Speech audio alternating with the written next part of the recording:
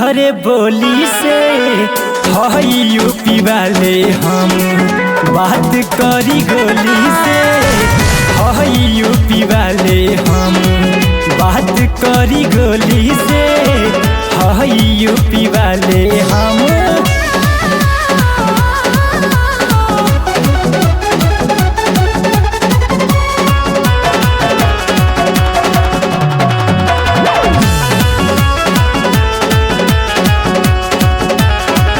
सब गोर धरी करे कहरे मोरे गुलामी शासन सत्ता हमारे चले ठोके लोग सलामी ठोके लोग सलामी।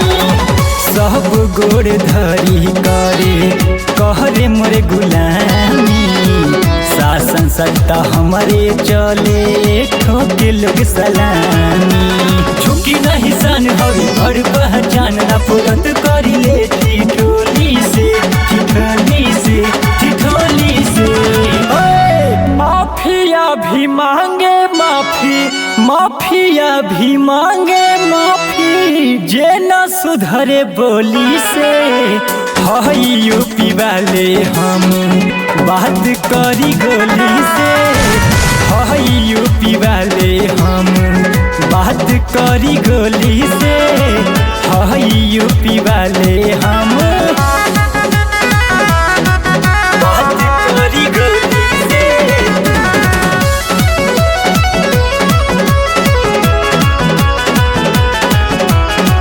सोझा हमारा लागे सुना जनता दरबार हो रोज रोज पैदा करी नया रंगदार हो नया रंगदार।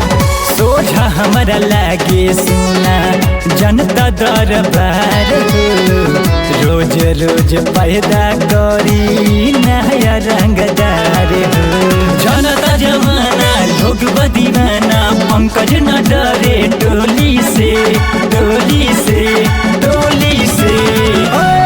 माफिया भी मांगे माफी माफिया भी मांगे माफी जे न सुधरे बोली से हई यूपी वाले हम बात करी गोली से हई यूपी वाले हम बात करी गोली से हई यूपी वाले हम।